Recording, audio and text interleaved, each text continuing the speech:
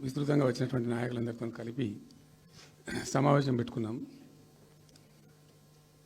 ప్రధాన కారణం, the main agenda of the meeting was Palamuru Rangareddy ఎత్తిపోతల పథకంలో ఈ రాష్ట్ర ప్రభుత్వం మరియు కేంద్ర ప్రభుత్వం కలిసి తెలంగాణకు చేస్తున్నటువంటి ద్రోహం, తెలంగాణకు తలపెట్టినటువంటి దుర్మార్గమైనటువంటి విధానం మీదనే చర్చ జరిగింది. దీని కథ ఏంటంటే చాలామందికి తెలియదు, అవగాహన కూడా ఉండదు. కొత్త తరం వాళ్ళకైతే అసలు తెలియదు. ద రీజన్ వై ఈజ్ సమైక్య ఆంధ్రప్రదేశ్లో అత్యంత దారుణమైనటువంటి వివక్షకు గురైన జిల్లా పాత మహబూబ్ నగర్ జిల్లా. చాలా చాలా దారుణానికి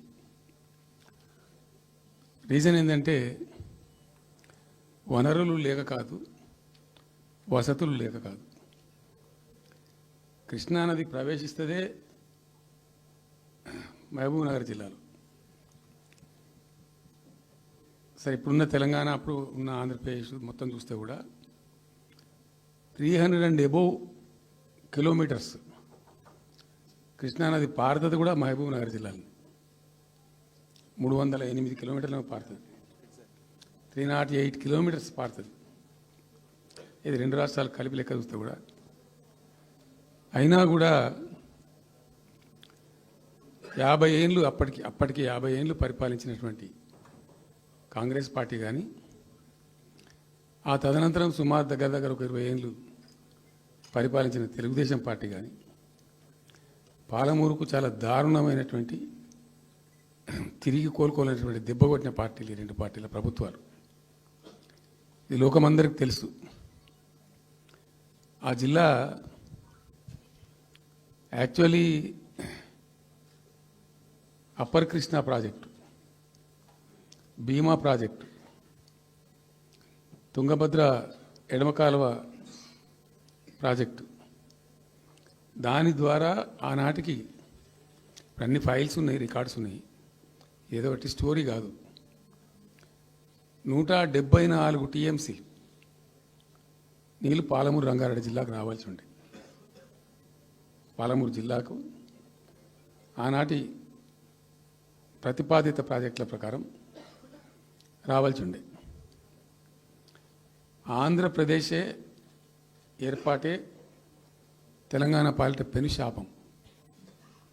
కొంతమందికి నచ్చదు, కానీ పెనుశాపంగా పరిణమించింది ఆంధ్రప్రదేశ్ రాష్ట్ర ఏర్పాటు. మొత్తం తెలంగాణకు, అందులో మోర్ స్పెసిఫికల్లీ మహబూబ్ నగర్ జిల్లాకు జరిగినటువంటి తీవ్రమైనటువంటి అన్యాయం. ఎస్ఆర్సి యాక్ట్ అంటే స్టేట్ రీఆర్గనైజేషన్ యాక్టు స్పష్టంగా చెప్తుంది, ప్రతిపాదించబడి ఆల్రెడీ శాంక్షన్ అయ్యి జరుగుతుండే ప్రాజెక్టులు, కంటెంప్లేట్ చేసి ఉన్న ప్రాజెక్టులు, వాటిని మార్చకూడదు, అవి కొనసాగించాలి. ఆ చట్టం ఉండగా కూడా వాటి అన్నిటిని కాదని వీటిని మొత్తం అబాండన్ చేసి పడేసిండ్రు. అట్లా చాలా చేసినారు. అక్కడ గోదావరి మీద చూసుకుంటే దేవునూరు ప్రాజెక్టు కావచ్చు, ఇచ్చంపల్లి కావచ్చు, రకరకాల ప్రాజెక్టులను అబాండన్ చేసినారు. అందులో అతి తీవ్రమైనటువంటి అన్యాయం మహబూబ్ నగర్ జరిగింది. ఇలా మహబూబ్ నగర్కి ఇచ్చే పాలమూరు ఎత్తిపోతలో మరొకటి కొత్త స్కీమ్ కాదు. గతంలోనే 174 టీఎంసీలకు ప్రాజెక్టులు రూపకల్పన జరిగి అంత అయింది. అయితే మేము చాలా వాదించినాం. మధ్యలో బ్రిజేష్ కుమార్ ట్రిబ్యునల్ వస్తే కూడా అక్కడ పోయి ఆ ట్రిబ్యునల్ని కలిసి చాలా ప్రయత్నాలు చేసినాం. ఉద్యమ సందర్భంలో, ఉపన్యాసాలలో, కరపత్రాలలో, జలసాధన ఉద్యమ సందర్భంలో మా క్యాసెట్ల రూపంలో, స్పీచ్ల రూపంలో, కరపత్రాల రూపంలో, పోస్టర్ల రూపంలో, క్యాసెట్ల రూపంలో రకరకాలుగా వాదించుకుంటూనే ట్రిబ్యునల్ కూడా ఇవ్వాలని పోతే, ట్రిబ్యునల్కు ఉండే ఒక డెలికసీ ఏంటంటే వాళ్ళు రాష్ట్రాల మధ్య పంపిణీ చేస్తారు తప్ప రాష్ట్రం లోపల ఉండేటువంటి ఒక ప్రాంతానికంటే వాళ్ళు చేయరు. మీకు రాష్ట్ర హోదా లేదండి, మీరు ప్రాంతము, మరి రాష్ట్రంతో కొట్లాడుతున్నారు, అది వేరే సంగతి. కానీ మేము స్వీకరించలేము, తీసుకోలేము చట్ట ప్రకారం అని చెప్పి వాళ్ళు నిరాకరించారు. సరే, ఆ తదనంతరం ఉద్యమం జరిగింది, మీ అందరికి తెలుసు. ఇక్కడ ఇంకొకటి కూడా తప్పకుండా చెప్పాలి. బచావత్ ట్రిబ్యునల్ ఏర్పాటైనప్పుడు అతను పంపకాలు చేస్తూ బచావత్ ట్రిబ్యునల్లో స్పష్టంగా రికార్డెడ్ ఇప్పుడు ఉంది. బచావత్ ట్రిబ్యునల్లో స్పష్టంగా పొందుపరచబడి ఉంది. ఇప్పుడు బచావత్ గారు ఖుద్దు రిటైర్డ్ సుప్రీంకోర్టు జడ్జి, ఆయన స్వయంగా ఏమన్నాడంటే, ఈ ప్రాంతం నిజంగా చాలా నిరాదరణకు గురైంది, ఇంకా అవుతూ ఉన్నది. ఆ రోజు విపత్కర పరిస్థితి, దుర్భరమైన పరిస్థితి ఏంటంటే, పాలమూరు గురించి గంటెడు నీళ్ళు అడిగిన వాళ్ళు లేడేవాడు. ఇంత కేటాయించండి, ఈ కరువు జిల్లా ఉంది అని అడిగేవాడే లేడు. ఆనాటి సమైక్య ప్రభుత్వం చేసిన ద్రోహం. బచావత్ ఏం చేసిండు, మాకు చూడబుద్ధి అయితే లేదు, ఇది మా అంతల మేమే సూమోటో ఈ సమైక్య ప్రభుత్వం ప్రతిపాదించకపోయినా ఒక 17 TMC జూరాల ప్రాజెక్టు మంజూరు చేస్తున్నాము. అయితే సాంకేతిక కారణాలు మరొకటో చూపెట్టి ఈ జూరాల ప్రాజెక్టుని ఇక్కడి నుంచి ఎత్తగొట్టద్దు, వేరే కాడ కట్టద్దు, ఇక్కడ మాత్రమే కట్టి తీరాలి, దానికే అలాట్ చేస్తున్నామని చెప్పి ఒక కండిషన్ పెట్టిండు ఆయన. ఇది ట్రిబ్యునల్. అతను ఒక న్యాయమూర్తిగా పనిచేసిన వ్యక్తి కాబట్టి చూడబుద్ధి కాక, ఆ బాధ భరించలేక ఈ కామెంట్ కూడా రికార్డు చేసిండు ట్రిబ్యునల్లో. ప్లస్ ఆ 17 TMC జూరాల ప్రాజెక్టుకు కేటాయించిండు. ఎంత విషాదం అంటే, అది ఎప్పుడో 74లో 74 నుంచి 78 దాకా జరిగింది కథ. అతను కేటాయిస్తే దానికి ముట్టినోళ్ళు లేడు, పట్టుకునోళ్ళు లేడు, తీసినోళ్ళు లేడు. అంజయ్య గారు ముఖ్యమంత్రి అయినాక ఒక ఏడాది తర్వాతనేమో అప్పుడు అంజయ్య గారు దానికి ఫౌండేషన్ స్టోన్ వేసారు. ఫౌండేషన్ స్టోన్ వేస్తే ఇక అది మెల్లగా మెల్లగా తెలంగాణ ప్రాజెక్ట్ కదా, ఇప్పుడు పట్టుకుని లేడు, దాన్ని మాట్లాడడం లేదు, అయ్యలేదు, అవ్వలేదు. ఒక అనాథలాగా ఆ బ్యారేజ్ వరకు కట్టేశారు. దానికి కాలువలు లేవు, నీళ్ళు రావు, పొలాలు పారాయి, కృష్ణానది నీళ్ళు వస్తుంటాయి, గేట్ల ద్వారా పోతుంటాయి. ఎప్పటి వరకు ఈ తతంగం 2001లో గులాబీ జెండా ఎగిరేదాకా ఇదే తతంగం. ఇంకా విషాదం ఏంటంటే, అప్పుడు ముఖ్యమంత్రి ఉన్న చంద్రబాబు నాయుడు ఆయన మహబూబ్నగర్ జిల్లాను దత్తత తీసుకున్నాడు. ఆయన దత్తతలో ఉండే చేసి నేను అడాప్ట్ చేసుకుంటున్నా ఈ కరువు జిల్లా, దీన్ని అది చేస్తా, ఇది చేస్తా, పొడి చేస్తా అని మాటలు చెప్పి ఇష్టం వచ్చినన్ని పునాదురాలు వేసిండు.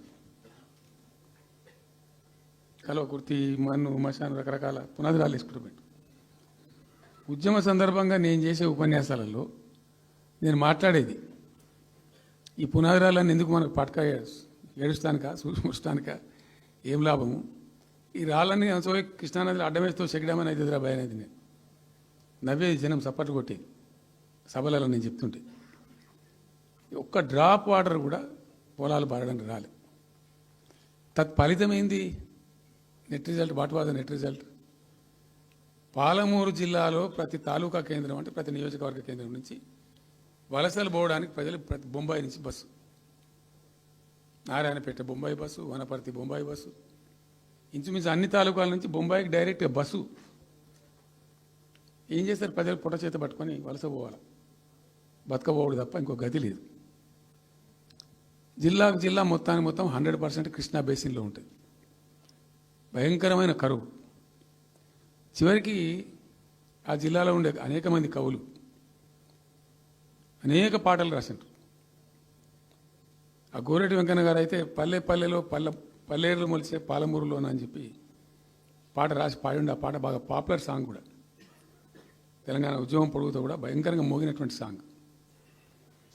సో అట్లా జరుగుతూ ఉంది. మేము ఏడుస్తా పోయినాం, చూస్తా పోయినాం. అవి ఉన్న రెండే ప్రాజెక్టులు. ఒకటి బచావతి పెడితేనేమో జూరాల గతి అది. అప్పుడు చంద్రబాబు నాయుడు గారి స్లోగన్ సమైక్య రాష్ట్రంలోనే సమగ్ర అభివృద్ధి.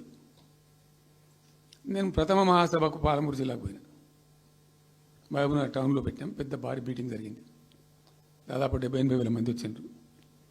ఆ మీటింగ్లో నాకు బాగా కోపం వచ్చి, ఏమయ్యా చంద్రబాబు నాయుడు, అప్పటికి ఏంటంటే కర్ణాటకకి కొంత ముంపు ప్రాంతం ఏమిటి దూరాల ప్రాజెక్టులో ఏంటంటే కొద్ది ముంపు ప్రాంతం కర్ణాటక రాష్ట్రంలో ఉంటుంది. ఒక 13 కోట్ల రూపాయల వరకు కాంపెన్సేషన్ కట్టాల్సి ఉంది. కట్టడు, ₹1 కట్టడు. ఏమయ్యా చంద్రబాబు నాయుడు గారు, నువ్వు దత్తత తీసుకున్నావు, కథ తీసుకున్నావు, డైలాగులు చెప్తున్నావు, ఇక్కడ చచ్చిపోతాను జనము, బొంబాయికి వలసలు పోతుండ్రు. ఇటువంటి పరిస్థితులలో కూడా కర్ణాటకకు డబ్బులు కట్టడానికి దగ్గర డబ్బులు లేవా? ఇదేనా సమైక్య రాష్ట్రంలో సమగ్ర అభివృద్ధి అంటే? పట్టిగా బ్యారేజ్ ఆ గోడ లెక్క కట్టిన విడిచిపెట్టేది మీరు చూసి తమాషా పడన్నా అని చాలా తీవ్రమైన విమర్శలు చేశాను. మోకాళ్ళ మీద పరిగెత్తి కట్టిండి చంద్రబాబు నాయుడు అప్పుడు. ఆ కర్ణాటక చెల్లించాల్సిన కంపెన్సేషన్ ఏదైతుందో మోకాళ్ళ మీద ఉరికి నా దాడి తట్టుకోలేక కంటిన్యూగా పెట్టాను. దాని తర్వాత చంద్రబాబు నాయుడు పార్టీకి సంబంధించిన ఎమ్మెల్యేనే ఆర్డీఎస్ దగ్గర బాంబులు పెట్టి పేల్చేయడం, అది మీ అందరికీ కూడా తెలుసు. బాంబులు పెట్టి పేల్చడం 2 సార్లు 3 సార్లు పేల్చారు. నేను ఫస్ట్ ఉద్యమంలో తెలంగాణ ఉద్యమం స్టార్ట్ అయిన తర్వాత నేను ఎంచుకున్న ఎజెండా, నా ఎజెండాలో మొదటి పాదయాత్ర నేను చేసినటువంటిది జోగులాంబ టు గద్వాల పాదయాత్ర చేసినది. ఈ అన్యాయం సంగతి ఏంది అని దాన్ని ప్రజలలో ఎండగట్టాలని చెప్పి, గవర్నమెంట్ కూడా ఒత్తిడి తేవాలని చెప్పి, ఎందుకు తెలంగాణ ఉద్యమం చేస్తున్నాం అనేది లోకానికి తెలియాలని చెప్పి నేను జోగులాంబ టు గద్వాల పాదయాత్ర చేసిన. దాన్ని మొత్తం అసలు కంప్లీట్ 80,000 ఎకరాలకు బారాల్సినటువంటి ఆ ఆర్డీఎస్ కెనాలు 15,000 ఎకరాలు, 10,000 ఎకరాలు, 20,000 ఎకరాలకు వచ్చింది, తగ్గిపోయింది. అడిగే నాతులు లేడు. నేను అంతకు ముందే పాదయాత్ర కన్నా ముందే స్వయంగా మేమందరం జిల్లా మహబూబ్నగర్ జిల్లా నాయకులు నేను కలిసి ఆర్డీఎస్ హెడ్ వర్క్స్ ఎక్కడ ఉంటాయంటే కర్ణాటకలో ఉంటాయి, రాయచూరు దగ్గర. అక్కడ దాకా పోయి మొత్తం ఆశాంతం ఆ కాలువ పొడవుతో తిరిగి అర్థం చేసుకొని ఆ తర్వాతనే నేను గద్వాల టు మన ఆలంపూర్ టు గద్వాల పాదయాత్ర పెట్టాం. తిరిగి దాన్ని ఎక్స్పోజ్ చేసినాం. అప్పుడు అక్కడ గొడవ చేస్తే మళ్ళీ అప్పుడు జూరాల లింక్ కెనాల్ని మొదలుపెట్టింది చంద్రబాబు నాయుడు. జూరాల టు ఆర్డీఎస్కు లింక్ కెనాల్ అని మళ్ళీ డ్రామా కట్టి, అంటే ప్రతిసారి ఏమార్చడము తెలంగాణ ప్రజలను ఒక రకమైన దగా చేయటం తప్ప రాలే, ఒక డ్రాప్ వాటర్ రాలే, ఎప్పుడు రాలే. సరే కొట్లాడుతూ పోయినాం, ప్రజలు బాగా కలిసి వచ్చిండ్రు, సందర్భం కలిసి వచ్చింది, తెలంగాణ అదృష్టం బాగుంది, తెలంగాణ రాష్ట్రం ఏర్పడింది. ఇదంతా కూడా మీకు అన్న ముందు జరిగిన చరిత్ర, ప్రతి ఒక్కరికి తెలిసిన చరిత్ర. ఇది ఏం కొత్త స్టోరీ కాదు, కల్పిత కథ కాదు, పుట్టించి చెప్పేది కాదు. పాలమూరు జిల్లా యొక్క దరిద్రం, ఆ దరిద్రంలోకి పాలమూరు నెట్టివేయబడ్డ పరిస్థితి. నేను అందుకే ఊకే మొత్తుకునేది కదా, తెలంగాణ వెనుకబడ్డ ప్రాంతం కాదు, వెనుక పడేయబడ్డ ప్రాంతం, వెనుకకు నెట్టివేయబడ్డ ప్రాంతం అని చాలాసార్లు చెప్పేది. నేను వందల ఉపన్యాసాల్లో చెప్పాను. అది ప్రూవ్ టు బి కరెక్ట్. దాని తర్వాత ఎక్కడి దాకా పోయిన పరిణామాలంటే, పాలమూరు జిల్లాలో ఎండాకాలం వచ్చిందంటే గంజి కేంద్రాలు పెట్టేది. ఏడిసినాం మేము ఒకరోజు. గంజి కేంద్రాలతోని పాలమూరు, ఎందుకంటే యువకులంతా పాపం వలస ఉన్న ముసలి వాళ్ళు చచ్చిపోడు, తిండి దొరకక, దానికి గంజి కేంద్రాలు పెట్టి కమ్యూనిస్ట్ పార్టీలు వాళ్ళు వచ్చేది కొంత అడావుడు చేసి ప్రజలకు కొంత గంజి పోసే ప్రయత్నం. చివరి గంజి కేంద్రాలు పెట్టే స్థాయికి దిగజారిపోయింది పాలమూరు. కృష్ణా నది 300 కిలోమీటర్లు పారే జిల్లాలో చాలా దారుణం పోయింది. లివ్వ అంటే కేటాయింపులు ఉన్నాయి, పత ఉంది, కార్ఖానా ఉంది, అప్పర్ కృష్ణా పేరుంది, తుంగభద్ర కాలువ పేరుంది, రకరకాల భీమా ప్రాజెక్టు పేరుంది, అన్నీ ఉంటాయి కానీ రాదు. చూడడానికి మళ్ళీ ముఖ్యమంత్రి దత్తతలో ఉంటుంది కానీ రాదు, ఏమీ రాలే. ఇంకా అందంగా ఈ ప్రాజెక్టులను, నేను కూడా అప్పుడు తెలుగుదేశం పార్టీలో పనిచేసిన కదా, ఈ ప్రాజెక్టులకు పెండింగ్ ప్రాజెక్టులను పేరు పెట్టిన ఒక టైటిల్ గొప్పతనంలాగా పెండింగ్ ప్రాజెక్టుల జాబితాలో వాటిని తోసేసి పాలమూరున ఆ గతికి తెచ్చిండ్రు. సరే రాష్ట్రం వచ్చిన తర్వాత జరిగింది ఏంది, టోటల్గా మేము సమీక్ష చేసుకున్నాం. గోదావరి ఏంది, గొంగడి ఏంది, కృష్ణ అయింది, మనకు రావాల్సిన వాటా అయింది, దగా జరిగింది ఎక్కడ, ఎట్లా సరిదిద్దాలా, ఎట్లా మన ప్రయాణం ముందుకు పోవాలా, ఏం జరగాలి అని ఆలోచన చేసినాం. చాలా తీవ్రమైనటువంటి మదన పడ్డాం. టాప్ ప్రయారిటీలో ఈ జిల్లా ఆదుకోవాలి మనం. అత్యంత భయంకరమైన కరువు ఉంది ఇక్కడ, కొంచెం లైన్లో పెట్టుకోవాలి. ఇప్పుడు మన సొంత రాష్ట్రం కాబట్టి మనకు ఆ ఇబ్బందులు ఉన్నాయని చెప్పి మా ప్రస్థానం ప్రారంభించాం. మొట్టమొదలు యుద్ధ ప్రాతిపదికన ఏవైతే పెండింగ్ ప్రాజెక్టులను పెట్టినరో వాటిని రన్నింగ్ చేసిన వాటిని అన్నిటికని నెట్టెంపాడు కావచ్చు, భీమా కావచ్చు, కల్వకుర్తి కావచ్చు, అన్నిటిని కూడా బ్రహ్మాండంగా లైన్లోకి తెచ్చి స్టార్ట్ చేసినాం. నికరంగా 6.5 లక్షల ఎకరాలకు ఆయకట్టు తెచ్చినాం ఆ పాలమూరు జిల్లాలో మా గవర్నమెంట్ ఉన్నప్పుడే. ఇది అక్కడ ప్రజలందరికీ తెలుసు, అందరికీ తెలుసు, ప్రతి వాళ్ళకి తెలుసు. సామర్థ్యాలు పెంచుకున్నాం కొన్ని. నెట్టెంపాడులో భాగంగా ఒకటి రేలంపాడు రిజర్వాయర్ ఉంటుంది. అది జస్ట్ 1.5 TMs, 1/4 to 2 TMs అది ఉండే. నేను రివ్యూ చేసి అక్కడ రైతులతో మాట్లాడి మీకు పంట పండదు, కష్టమవుతుంది కాబట్టి దీన్ని కొద్దిగా పెంచాలని చెప్పి డబుల్ ద సైజ్ చేసినాం, 4 TMs చేసినాం, పంట పండాలి కాబట్టి. అట్లా రకరకాల చర్యలు తీసుకొని దాని ద్వారా ఆ కల్వకుర్తి లిఫ్టిగేషన్ ద్వారా, ఈ నెట్టెంపాడు ద్వారా, బీమా ద్వారా, బీమా ఫేజ్ 1 ఫేజ్ 2 ద్వారా అన్ని కలిపి 6.5 లక్షల ఎకరాలకు. వాస్తవం చెప్పానంటే ఎంత దుఃఖభాజనం అంటే, ఎంత బాధాకరం అంటే, కృష్ణానది 300 కిలోమీటర్లు ప్రవహించేటువంటి పాలమూరులో 30,000 ఎకరాలు కూడా పారకం లేదండి. RDS అన్ని కలిపి లేదు, అసలు రావు, నీళ్ళు రావు, కాలువ లేదు, పొలం లేదు, ఏం లేదు.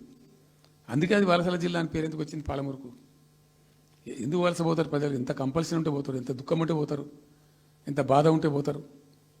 ఆ విధంగా ఒక 6.5 లక్షల ఎకరాలు దానికి తెచ్చినాం. మిషన్ కాకతీయలో కొద్దిగా ప్రయారిటీ పెట్టి, భౌగోళికంగా బాగా విశాలంగా ఉండే జిల్లా కాబట్టి ఇప్పుడు కొత్త జిల్లాలు తీసుకున్నాం, కానీ ఆ రోజు అది పెద్ద జిల్లా.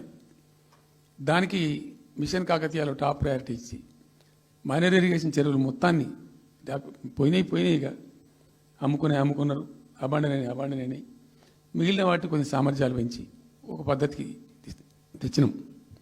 అదో 1,20,000 ఎకరాలకు అది దోహదపడ్డది.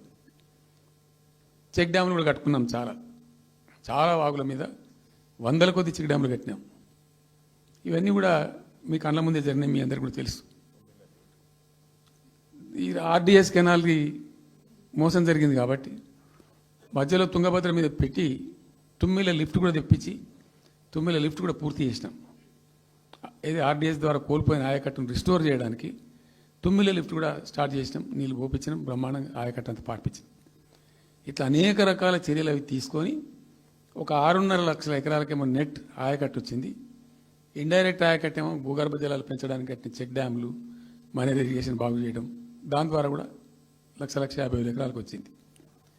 ఆ తదనంతరం మరి మనం ఎట్లా ముందుకోవాలా, ఏం చేద్దామని చెప్పి ఈ రంగారెడ్డి జిల్లా కూడా వాళ్ళు పాపం కృష్ణా బేసినే, ప్రతి డ్రాప్ రంగారెడ్డిలో పడే ప్రతి వర్షం చుక్క కృష్ణానదికి పోతుంది, ఇంకెక్కడికి పోదు.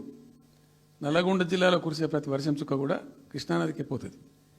100% ఈ 3 జిల్లాలు కూడా నల్లగొండ, రంగారెడ్డి, పాలమూరు ఇవి 100% కృష్ణా బేసిన్లో ఉన్నాయి. మనము ఏదైతే మనకు కేటాయించినరో ప్రాజెక్ట్ వైజ్నో ఇంకోటనో కంబైన్డ్ స్టేట్ ఉన్నప్పుడు జరిగినటువంటి మోసం నుంచి బయటికి రావాలంటే మనం రాష్ట్రం ఏర్పడ్డ తర్వాత కొట్టాడాలి, మన వాట మనం సాధించాలి. రివిజన్, కృష్ణా జలాల యొక్క పునఃపంపిణీ మీద ట్రిబ్యునల్ వేయించుకోవాలి, రివిజన్ పెట్టియాలి అని ఒక స్ట్రాటజీ పెట్టి దాన్ని కొట్లాను. సరే, ఇందాక నేను చెప్పినట్టు దేవుని దయ వల్ల తెలంగాణ రాష్ట్రం వచ్చింది. ఈ ప్రాజెక్టు కంప్లీట్ చేస్తూనే పాలమూరు రంగారెడ్డి ఎత్తిపోతల పథకానికి శ్రీకారం చుట్టాం. యాక్చువల్ ఫ్యాక్ట్ ఏంది, పాలమూరు రంగారెడ్డికి మేము ఆ రోజు మనసులో ఇంటర్నల్గా మాట్లాడుకొని డిపార్ట్మెంట్ కావచ్చు, క్యాబినెట్ కావచ్చు, వితిన్ ద పార్టీ కావచ్చు, ఆ జిల్లాల నాయకులతో కావచ్చు, మా స్ట్రాటజీ ఏంది, పాలమూరు రంగారెడ్డి ఎత్తిపోతల పథకానికి 170 TMs తీసుకోవాలి. This was the strategy of BRS government. ఎట్లా, ఎక్కడి నుంచి తీసుకోవాలా? అనేక ఆంక్షలు మాటలు బట్టి డైలాగులు, ఏపీ నుంచి వచ్చే వ్యతిరేకత, ఇవన్నీ దృష్టిలో పెట్టుకొని ఏం చేసినాం, నికరంగా లెక్కలు తెప్పించినాం. ఈ మహబూబ్ నగర్ జిల్లాలో మైనర్ ఇరిగేషన్లో పాత చెరువులు ఏవైతే బచావ్ అవుతున్నప్పుడు లెక్క పెట్టినటువంటి చెరువులు ఏవైతే ఉన్నాయో, ఉన్నాయన్ని మాయమైనవి, వాటి సామర్థ్యం ఆ రోజు ఎంత, ఇవాళ నెట్ సామర్థ్యం ఎంత అని లెక్కలు తీసి కేంద్రానికి సమర్పించి ఒక 45 టీఎంసీ రెండు దానికి కేటాయించింది. ఆ రోజు మేము ఎంత అంటే 90.81 టీఎంసీ, 90.81 పాలమూరు రంగారెడ్డికి మేము కేటాయించింది ఆ రోజుకు. అయితే 170 ఎట్లా అంటే మరి మాకు ఇంకా వాటా వస్తుంది కదా, ట్రిబ్యునల్ వచ్చిన తర్వాత మాకు వాటా వస్తే దానిలో తీసుకున్న నీళ్ళని కూడా దీనికే మనం అటాచ్ చేసుకుంటామని చెప్పి 91 పాయింట్ తీసుకున్నాం.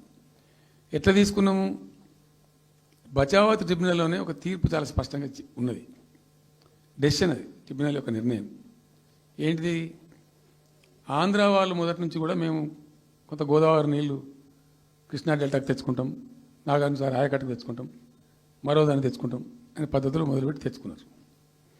దాంట్లో భాగంగా 80 టీఎంసీలు వాళ్ళు తీసుకుంటున్నారు. ఇది పోలవరం కట్టి ఆ కెనాల్ అప్పుడు వైఎస్ రాజశేఖర్ తవ్వింది కదా, పట్టిసీమ లిఫ్ట్ పెట్టిండ్రు, ఇనీషియల్ లిఫ్ట్ పెట్టిన తర్వాత ఇప్పుడు కెనాల్ అయింది. సో దాన్ని 80 టీఎంసీలు వాళ్ళు వాడుకుంటున్నారు, ఎక్కువనే వాడుకుంటున్నారు. సో వాళ్ళు డిపిఆర్లో సబ్మిట్ చేసినారు చాలా క్లియర్గా స్పష్టంగా, ఏమని 80 టీఎంసీలు మేము తీసుకుంటున్నాం, 80 టీఎంసీలు పైన 5 రాష్ట్రాలకు బచావ్ ట్రిబ్యునల్ ప్రకారం ఇస్తాం. అది 3 రాష్ట్రాలకు ఇస్తారు, తెలంగాణ రాష్ట్రానికి, కర్ణాటకకు, మహారాష్ట్రకు. తెలంగాణకు 45, వాళ్ళిద్దరు కలిపి 35, కర్ణాటకకు 21 టీఎంసీ, మహారాష్ట్రకు 14 టీఎంసీ.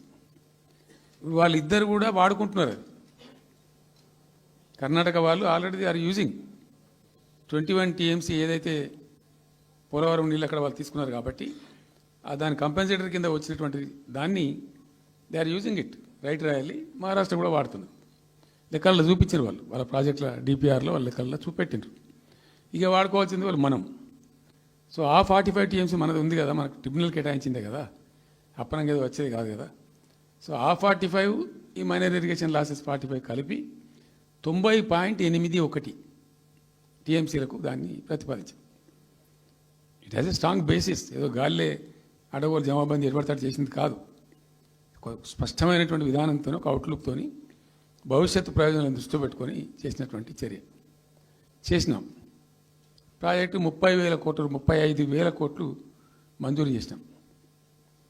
అందులో 27,000 కోట్లు ఖర్చు పెట్టినాం. ఆల్మోస్ట్ దగ్గర 88-90% పనులు పూర్తి అయిపోయినాయి. ఈ ఆంధ్రాతోని పంచాయతీ ఉంటుంది ఎప్పటికైనా, వాళ్ళు పోతిరెడ్డిపాడు పొక్కగొట్టి దాన్ని పెంచి దాన్ని ఇంకింత పెంచి ఈ తెలుగు గంగా అనే పేరు మీద మొదలై అది ఎటెటెటెటు పోతుంది ఇక అడవుల జమాబంది. కాబట్టి మనం క్విక్కెస్ట్ పాసిబుల్ టైంలో తీసుకోవాలని ఆ వచ్చే వాటర్ను అక్కడ ఎంటైర్ వరల్డ్లో ఇక్కడ లేవండి 145 మెగావాట్స్ కెపాసిటీ పంప్స్ పెట్టినాం అక్కడ. Specially prepared, those pumps were prepared by BHEL of India. 145 మెగావాట్ల పంపులు అసలు ఇండియాలో ఎక్కడ ఏ ప్రాజెక్టు లేవు. ఎందుకంటే దాని ఆ పంపు స్విచ్ ఆన్ చేసిన నేను, నీళ్ళు వచ్చినాయి. ఒక్క పంపు స్విచ్ ఆన్ చేస్తేనే ఇట్లా కాలువలు తల్లాడుతుండే ఇట్లా. అంటే ఆ గొడవ ఉంది కాబట్టి వాళ్ళు పోతిరెడ్డి పడి పక్క నుంచి వాళ్ళు తీసుకుపోతూ ఉంటారు. ఆ వర్షాలు వచ్చినప్పుడే మనం తీసుకోవాలి, ఇంకో గత్యంతరం లేదు. కాబట్టి క్విక్కెస్ట్ పాసిబుల్ టైంలో ఈ రిజర్వాయర్లు నింపుకుంటే మనం సేఫ్ అయిపోతాము, జిల్లా కాడికి కొంత న్యాయం జరుగుతుందని చెప్పి ఆ 145 మెగావాట్స్ కెపాసిటీ ఉండే పంప్స్ పెట్టినాం. ఇప్పుడు పంప్స్ అన్నీ ఆల్మోస్ట్ ఇన్స్టాల్ అయినాయి. మరి ఈ గవర్నమెంట్లో వీళ్ళు ఏం పట్టించుకుంటలేరు, అసలు ఏం చేస్తలేరు. అయితే జరిగిన తర్వాత ఏమైంది, అనుమతులు అంత సాధించాలి. దాని మీద చాలా మెలికలు పెట్టినారు. ల్యాండ్ అక్విజిషన్ల ప్రాబ్లం చేసినారు. అయినా 27,000 ఎకరాలు మేము అక్వైర్ చేసినాం సక్సెస్ఫుల్గా. అదంతా క్లిష్టమైన సబ్జెక్ట్ ఈ రోజులలో ల్యాండ్ అక్విజిషన్ అంటే. అయినప్పటికీ 27,000 ఎకరాలు అక్వైర్ చేసినాం, 27,000 కోట్లు ఖర్చు పెట్టినాం. అంత కాన్సన్ట్రేట్ చేసినాం. గ్రీన్ ట్రిబ్యునల్కి పోయినారు, ఆ స్టేని క్యాన్సిల్ చేయించినాం. అనేక రకాల అడ్డంకులు కల్పించే ప్రయత్నాలు ఎన్ని చేసినా వాటన్నిటిని అధిగమిస్తూ ఆ ప్రాజెక్టును ముందుకు తీసుకొని పోయినాం. అయితే ఈ పంపులన్నీ ఇన్స్టాలేషన్ అయిపోతుంది, బ్రహ్మాండంగా ఉంది. సరే, ఇంతగా అది మా గవర్నమెంట్ మారింది. సహజం, రాజకీయాల్లో గెలుపులు ఉంటాయి, ఓటములు ఉంటాయి, ప్రభుత్వాల మార్పిళ్ళు ఉంటాయి, జరుగుతాయి. కానీ ఎంత తెలుగు తక్కువ దద్దమ్మ ప్రభుత్వం వచ్చినా, నెక్స్ట్ సక్సెసివ్ గవర్నమెంట్ ఎవరు వచ్చినా రాష్ట్ర ప్రయోజనం కదా ఒక ప్రాజెక్ట్ అంటే. ప్రజలకు నీళ్ళు వచ్చేది కదా, ప్రజలు బ్రతికేది కదా, దాన్ని కొనసాగిస్తారు. ఇప్పుడు ఒక్క తట్టెడు మట్టి కూడా తీయలేదండి. మా గవర్నమెంట్ పోయిన తర్వాత పాలమూరు ఎత్తిపోతల పథకంలో ఒక తట్టెడు మట్టి కనీసం నేను తీయలే. మరి దాన్ని ఎందుకు అబాండన్ చేసినరో, దాని వెనకేం ఉద్దేశం ఉందో, ఇంత నిష్క్రియాపరత్వం ఏంది, ఇంత దారుణమైంది. 2 నెట్ సంవత్సరాలు గడిచిపోయినాయి. ఇప్పుడు మేము గమనిస్తున్నాం. మధ్యలో ఏమైంది, కేంద్ర ప్రభుత్వంతో తమాషా. బీజేపీ మొదటి నుంచి మాకు తెలంగాణకు శని అయింది. కేంద్ర ప్రభుత్వం ప్రతిదాన్ని వ్యతిరేకించడమే. ప్రతిదానిగా చంద్రబాబు ఎన్డీఏలో చేరడం, ఆయన మాటలు పట్టుకొని వ్యతిరేకించడం, అడ్డంగా ఇష్టం వచ్చిన పద్ధతిలో. మేము బాగా కొట్టాను. మేము ఉన్న రోజులు అనేకమైనటువంటి పోరాటాలు చేసి దాన్ని అప్పటికప్పుడు సాధించుకున్నాం. అనుమతులు కానీ ఇంకోటి కానీ మొత్తం 9-10 అవసరం పడతాయి. అందులో 6 అనుమతులు ఆల్రెడీ వచ్చేసినాయి. మెయిన్ ఎన్విరాన్మెంట్ అసెస్మెంట్ కమిటీది అదే మెయిన్ అసలు ప్రాజెక్టుకు లైఫ్ లైన్. దాని మొత్తం అనుమతులు వచ్చేసినాయి. దాని తర్వాత మిగిలిన అనుమతులన్నీ లాంఛనమే, ఇక ఇచ్చేయాల్సిందే. అది ఇచ్చిందంటే అటువంటి అతి ముఖ్యమైనటువంటి అనుమతి కూడా తెచ్చినాం. అన్నీ తెచ్చినాం. అన్నీ వచ్చిన తర్వాత కేంద్ర ప్రభుత్వం మొన్న చంద్రబాబు నాయుడు ఎంపీలు అవసరం ఉంది కదా అక్కడ వాళ్ళకు. ఇప్పుడు ఇద్దరు ఎంపీలు అవసరం కదా, నితీష్ కుమార్, చంద్రబాబు నాయుడు. దానికోసం బీజేపీ ఎంతకైనా దిగజారుతుంది. ఆడ ప్రభుత్వం నిలబెట్టుకోవాలి కాబట్టి ఎంతకైనా దిగజారి ఆయన మాట పట్టుకొని డిపిఆర్ను వాపసు పంపించారండి. మేము ఉన్న రోజులు రాలే డిపిఆర్ వాపసు. అనుమతులు తెచ్చిన ఉల్టా మేము. ఇంకా డిపిఆర్ వాపసు వస్తే భూమి ఆకాశం ఒకటి చేయాలా రాష్ట్ర ప్రభుత్వం. ఎంత లొల్లి చేయాలా, ఎంత హడావుడి చేయాలా. ఆల్ పార్టీ డెలిగేషన్ తీసుకుపోవాలి. అవసరం వస్తే మేము వడ్లు కొనకపోతే పోయి ఢిల్లీలో ధర్నా చేసామండి. మేము అప్పుడు మా గవర్నమెంట్ ఉన్నప్పుడు రైతులు పండించిన పంట కొనకపోతే యావత్తు ఎమ్మెల్యేలు, క్యాబినెట్ అందరం పోయి ఢిల్లీలో ధర్నా చేసి కేంద్ర ప్రభుత్వం మెడలు వంచినాం. మేము 80 లక్షల టన్నులు మనకి తీసుకుంటామనేటువంటి ఒప్పందం మీద సంతకం చేయించుకొని వచ్చినాం. వడ్లు కొనిపించినాం ఎఫ్సిఐతోని. మామూలు వడ్లు కొనకపోతేనే మేము అంత అడావుడి చేసిపోయినాము. కానీ ఒక ఇంత పెద్ద ప్రధానమైన 3 జిల్లాలకు సంబంధించిన ప్రాజెక్టు డిపిఆర్ వాపసు పంపిస్తే వీళ్ళు కుయ్యలేదు, కుట్టుకోలేదు, వాళ్ళకి చెప్పని కూడా చెప్పలేదు. తెలియదు ఎవరికి బయట. జస్ట్ దేవర్ ఇంకా బాధాకరమైన అంశం ఏంటంటే, అసలు 170 టీఎంసీలకు దాదాపు మేము ఏమి చేస్తే బ్రిజేష్ ట్రిబ్యునల్ నడుస్తుంది కదా. దీనిలో ఎట్లుంటుందంటే ఇంకో విషయం అండి, నేను స్పష్టంగా చెప్తున్నాను, మళ్ళీ కన్ఫ్యూజన్ అవుతుంది.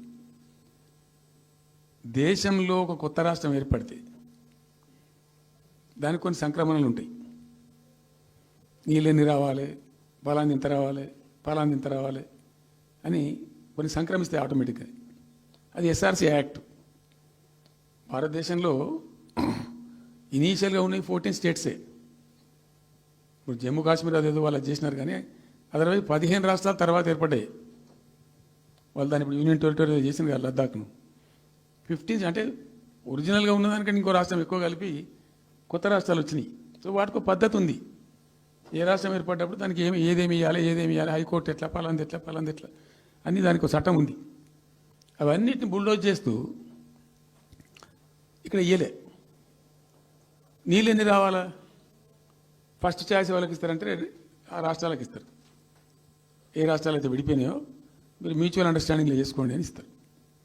ఇక్కడ పొసిగే కార్యక్రమం కాదు. కాబట్టి మేము ఏం చేసినామంటే 1 ఇయర్ తర్వాత 1 ఇయర్ లోపు ఒకవేళ పరిష్కారం అయితే 2 రాష్ట్రాలు చేసుకోవాలా, లేదా సెంట్రల్ గవర్నమెంటే ఆర్బిట్రేషన్ ద్వారా చెయ్యాలా కూర్చొని. చేయనప్పుడు ఏం చేయాలంటే సుప్రీంకోర్టుకు పోవాలి. మేము 1 ఇయర్ తర్వాత కేంద్ర ప్రభుత్వానికి అప్పీల్ చేసినాం. సెక్షన్ 3 వేయండి, మాకు కృష్ణా జలాల పునఃపంపిణీ చేయండి. చేస్తే దాని వాళ్ళు ఖాతరు చేయాలి. మేము సుప్రీంకోర్టుకు పోయినాం. సుప్రీంకోర్టు కోపానికి వచ్చింది కేంద్ర ప్రభుత్వం మీద కూడా. ఒక రాష్ట్రం అంటూ ఏర్పడ్డప్పుడు యాక్ట్ ప్రకారం, పార్లమెంట్ యాక్ట్ ప్రకారం వాళ్ళకి రావాల్సిన అన్ని రావాలి కదా. మరి ఇది కూడా వాళ్ళకి ఏదో తేల్చండి, మీరు తెలుస్తారా లేదంటే అప్పుడు ఆ మంత్రి, ఆయన పేరు షెకావత్ ఉండే కదా, గజేంద్ర సింగ్ షెకావత్, నేను ఢిల్లీ పోయినప్పుడు నన్ను రిక్వెస్ట్ చేసిన ఆయన, బాయ్ సాబ్ మాకు కూడా ఇబ్బంది అవుతుంది, మీరు అది విత్డ్రా చేసుకోండి సుప్రీంకోర్టులో కేసు, మేము సెక్షన్ 3 చేస్తామండి. అప్పటికి 2-3 ఏళ్ళు గడిచిపోయింది, డిలే అవుతా ఉన్నది.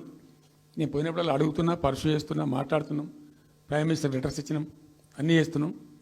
ఫైనల్గా సుప్రీంకోర్టు చివాట్లు పెట్టిన తర్వాత వాళ్ళు ఉండి మీకు విత్డ్రా చేసుకుంటే దయచేసి మేము ఎట్లా సుప్రీంకోర్టు ఆర్డర్ ఇస్తుందని తెలిసిపోయింది వాళ్ళకు కూడా. ఆటోమేటిక్ ఇస్తుంది కదా కోర్టు ఆర్డర్, న్యాయప్రదంగా రావాల్సింది ఇస్తుంది. కాబట్టి ఎట్లా తప్పేటట్లేదు ఇక కోర్టు ఆర్డర్ ఎందుకని చెప్పి మీరు విత్డ్రా చేసుకోండి బాయ్ సాబ్, మేము ఇచ్చేస్తాం. మంచిగా విత్డ్రా చేసి మళ్ళీ లెటర్ పెట్టినాం. మీరు చెప్పిన ప్రకారం విత్డ్రా చేసుకున్నామండి అంటే లెటర్ పెట్టండి అంటే పెట్టినాం. అది ప్రాసెస్లో ఉంది సెక్షన్ 3 వేయడానికి. చివరికి వేసారు. ఇప్పుడు సెక్షన్ 3 వేసారు. దాని నుంచి బ్రిజేష్ ట్రిబ్యునల్ అపాయింట్మెంట్ కూడా అయిపోయింది. ఇప్పుడు వాదనలు జరుగుతున్నాయి, మాకేం రావాలి, మీకేం రావాలి, తెలంగాణ రాష్ట్రం, ఆంధ్ర రాష్ట్రం మాట్లాడుతూ ఉన్నారు. సో ద క్వశ్చన్ ఏంది, అక్కడ ఉంది, ఇప్పుడు తేలుతుంది. మా ఉద్దేశం ఏంది, 90 టీఎంసీలు అయితే మాయే, మాకున్నాయి నికరం, మాకు ఎవరు ఇచ్చేదేం లేదు, ఎవరు అడుక్కునేదేం లేదు. అడిషనల్ ఇంకో 60-70 టీఎంసీ, ఇంకో 70-80 టీఎంసీ కావాలంటే ఎట్లా అంటే, ఈ ట్రిబ్యునల్లో వచ్చేటువంటి అధిక వాటా ఏదైతే మనకు ఉంటుందో, ఇందులో ఒక గుడ్ సైన్ అని ఈయన బ్రిజేష్ ట్రిబ్యునల్ ఏం చేసిండు, వచ్చిన తర్వాత ఆయన ఒకటి చేసిండు. అంతకుముందు చట్టం ఏముంటుండే, 75% డిపెండబిలిటీ మీదనే నదుల నీళ్ళు కేటాయింపు జరగాలి, 75% డిపెండబిలిటీ మీద. మన కృష్ణా జలాలు ఇచ్చినప్పుడు అట్లే ఇచ్చిండ్రు. ఈయన బ్రిజేష్ ట్రిబ్యునల్ వచ్చిన తర్వాత ఈయన ఏం చేసిండంటే 75% బోల్డ్ అండి, మంచి సర్ప్లస్ ఇయర్స్లో చాలా వర్షాలు పడుతున్నాయి, కావాల్సిన నీళ్ళు వస్తున్నాయి, అవి వేస్ట్ అవుతున్నాయి అనవసరంగా, అట్లెందుకు కేటాయింపులు చేసుకుందాం, 65% డిపెండబిలిటీ పెట్టుకుందాం అని చెప్పి పెట్టిండు. దాని ద్వారా ఏమైంది, మన కృష్ణా నదిలో ఒరిజినల్గా వచ్చిన అలాట్మెంట్ 811 టీఎంసీ, 811 టీఎంసీలే బచావ్ ట్రిబ్యునల్ ప్రకారం. కానీ తదనంతరం ఈయన బ్రిజేష్ వచ్చిన తర్వాత అది ఆల్మోస్ట్ 1005కి పోయింది. ఇంకో 195 టీఎంసీ పెరిగింది, ఆ 10% యాడ్ చేసే వరకు పెరిగితే అలా మనకు కూడా ఆటోమేటిక్ వాటా వస్తుంది. ఇప్పుడు తేలుతుంది అది. సో మేము ఆశపడ్డది ఏంటంటే, ఒరిజినల్గా పెట్టుకున్నటువంటి ఈ 90 టీఎంసీ అది బచావ్ ట్రిబ్యునల్ ఇచ్చిందే 45 టీఎంసీ. 45 టీఎంసీ మనం హైదర్ ఇరిగేషన్ లెక్కలు బాజాప్తా తీసి ఇచ్చినాం కాబట్టి అది యాక్సెప్ట్ చేసిన వాళ్ళు. ఈ 90 టీఎంసీ ప్లస్ ఇప్పుడు అడిషనల్ వచ్చేది కలిస్తే మనకు దాదాపు 170-160 దాకా తీసుకొని పోవచ్చు. కంఫర్టబుల్ ఉంటాం మనం, ఇక్కడ డ్రింకింగ్ వాటర్ కానీ ఇంకోటి కానీ బాధ లేకుండా ఉంటాం, ఆ జిల్లా సుభిక్షం అవుతుంది అని ఆల్రెడీ పాలమూరు జిల్లాలో తెచ్చుకున్నటువంటి 6.5 లక్షల ఎకరాల ఆయకట్టు ప్లస్ దీనిలో ఒక 7 లక్షలు వస్తుంది పాలమూరుకు, అంటే 13.5 lakhs పోతుంది. పాలమూరు జిల్లా కాడికి వస్తే నియోజకవర్గానికి 1,00,000 ఎకరాలు వారాలి. అంత కృషించి అంత కునారిల్లి 60 ఏండ్లు ఏడిసి గోసపడ్డ పాలమూరుకు ఒక పెద్ద రిలీఫ్ వస్తుంది. దీంతో మొత్తం జిల్లా టాప్ టు బాటం అంతా కూడా ఒక అద్భుతమైనది ఉంటుంది. గ్రావిటీ వారేకాడికి గ్రావిటీ వారుతుంది, లిఫ్ట్ వారుతుంది, చాలా అద్భుతంగా ఉంటుంది అని చెప్పేసి. తర్వాత వర్ష నీళ్ళు కూడా చాలా వరకు ఈ చెక్ డ్యామ్లలో దానిలో అడ్డుకుంటాం కాబట్టి గ్రౌండ్ వాటర్ కూడా బాగా పెరుగుతుంది. ఎట్లా ఫ్రీ పవర్ ఇస్తున్నాం కాబట్టి దాని ద్వారా కూడా లాభాలు జరుగుతాయని చెప్పి అసెస్మెంట్ చేసి ఇచ్చినాం. నిజంగా కూడా పాలమూరు ఒక టైంలో తెలంగాణ వచ్చిన తర్వాత 4-5 ఏళ్ళకి నేను పోతే, ఎందుకో పోయినాం, బస్సు యాత్ర చేస్తే చాలా అద్భుతంగా ఇక్కడికక్కడ వరికోత మిషన్లు, కల్లాలు, అంతకుముందు పాడుబడ్డ ఇల్లు కనిపించే పాలమూరులో నా కళ్ళతో నేనే చూసిన. ఇంకా ఇది అంతా కంప్లీట్ అయిపోతే ఈ అనుకున్న 15 లక్షల ఎకరాలకు నీళ్ళు వస్తే చాలా దివ్యంగా ఉంటుందని చాలా సంతోషపడుకుంటూ పోయినాం. సరే, ఇప్పుడు కేంద్ర ప్రభుత్వం కొత్తగా తాకీదు, అది ఎవరు చెప్పినారో తెలియదు, వాళ్ళు చెప్తున్నారు. ఇప్పుడు గవర్నమెంట్ ఉన్న వాళ్ళు చెప్తున్నారు. ఏంది, మీరు 90 టీఎంసీలు పెట్టుకున్నారు, పాత గవర్నమెంట్ పంపించింది, ఒకటి డిపిఆర్ తిప్పి పంపించిండ్రు, దాని మీద సడి లేదు, సప్పుడు లేదు, లుల్లి లేదు, లుకాండం లేదు, తల ఊగుతున్నారు. ఎందుకు తల ఊగుతున్నారు? రాష్ట్ర ప్రయోజనాలు కాపాడడానికి లేకపోతే, రాష్ట్రానికి వచ్చిన నీళ్ళని కూడా కాపాడే స్థితి లేకపోతే ఇదేం దద్దమ్మ ప్రభుత్వం? ఇంత చేతగాని ప్రభుత్వం ఉంటే ఎట్లా? నోరు లేని ప్రభుత్వం ఉంటే ఎట్లా? పెద్ద నోరు పెట్టుకొని పెద్ద గడబడి చేయాలి కదా. ఒక 10 టీఎంసీలు పోతేనే ఒక్కొక్క రాష్ట్రం ఎక్కడ దాకా పోయి కొట్లాడతారు. ఇవాళ మొత్తం డిపిఆర్ఏ పంపించి ప్రాజెక్ట్ని ఆగం చేసే పరిస్థితి వస్తే సప్పుడు లేదు ఒకటి. రెండవది, ఇప్పుడేం చేసిండ్రు? ఇరిగేషన్ మంత్రికి లెటర్ రాసిండు. వాడు చెప్పిండా చెప్పలేదా భగవంతుని గారు? 45 టీఎంసీలు ఇవ్వండి మాకు అనుమతి అని చెప్పి. ఎట్లా రాస్తావు నాకు అర్థం కాదు. నువ్వు ఏం ముఖం పెట్టుకొని రాస్తావు? ఇదో ప్రభుత్వమా? అంటే ఉన్న వస్త్రానికి పోతే అనవసరం పోయింది అన్నట్టు ఉన్నది కూడా కొట్టుకుంటారు ఎవడన్నా? ఎవరై నీళ్ళు అవి? ఆల్రెడీ బచావ్ ట్రిబ్యునల్ తీర్మానంలో ఇచ్చింది. దాన్ని కర్ణాటక వాడుతుంది, అటు మహారాష్ట్ర వాడుతుంది. వాళ్ళ లెక్కల్లో చూపెడుతున్నారు వాళ్ళు. రాల్మట్టి డ్యాంలో వినియోగంలో చూపెడుతున్నారు వాళ్ళు. మాకు వచ్చిన 21 టీఎంసీ మేము ఇక్కడ వాడుతున్నామని చెప్పి.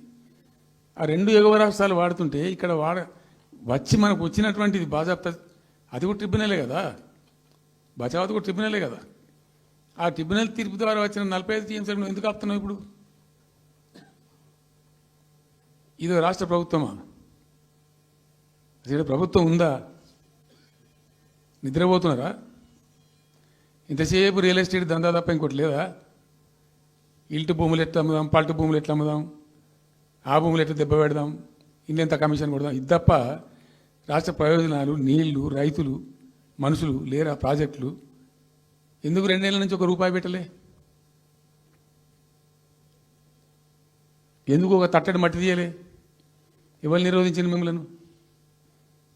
ఎవరు అడ్డుపడ్డారు మీకు? ఎవరు కట్టేసారు మీ కాళ్ళను? అటు పైసా పనిచేయరు, నిష్క్రియాపరత్వంగా ఉంటారు. ఈ డిపిఆర్ పంపిస్తే సపోర్ట్ చేయరు. ఇలా చివరికి 45 టీఎంసీ అని రాస్తారు. అంటే ఏం కాబోతుంది? ఎవరో ఒత్తిడి ఉంది దీని వెనుక? ఏం కుట్ర దాగి ఉంది ఇది? 2 ఏళ్ల నుంచి నేను మౌనం పాటించి చూసుకుంటూ వస్తున్నాం. తప్పని పరిస్థితి నేను బయలుదేరినప్పుడు తప్పదు. అటు కేంద్రాన్ని ఎక్స్పోజ్ చేస్తాం, ఇటు రాష్ట్రాన్ని ఎండగడతాం ప్రజల మధ్యలో ఖచ్చితంగా.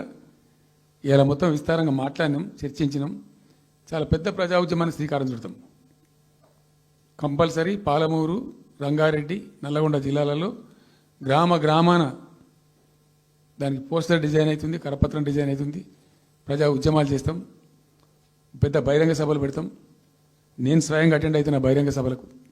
ప్రజాక్షేత్రంలో ఈ ప్రభుత్వం యొక్క నిష్క్రియాపరత్వాన్ని ఎండగడతాం. ఇప్పుడు వాయిస్ అయితే తెలంగాణకు, మరి తెలంగాణకు ఉన్న ప్రభుత్వం మాట్లాడకపోతే ఇంకెవరు మాట్లాడాలా? మాకు 2 బాధ్యతలని. ఒకటి తెలంగాణ తెచ్చిన పార్టీగా, రెండవది ప్రధాన ప్రతిపక్షంగా కూడా కంపల్సరీ మా డ్యూటీ మేము చేయాలి.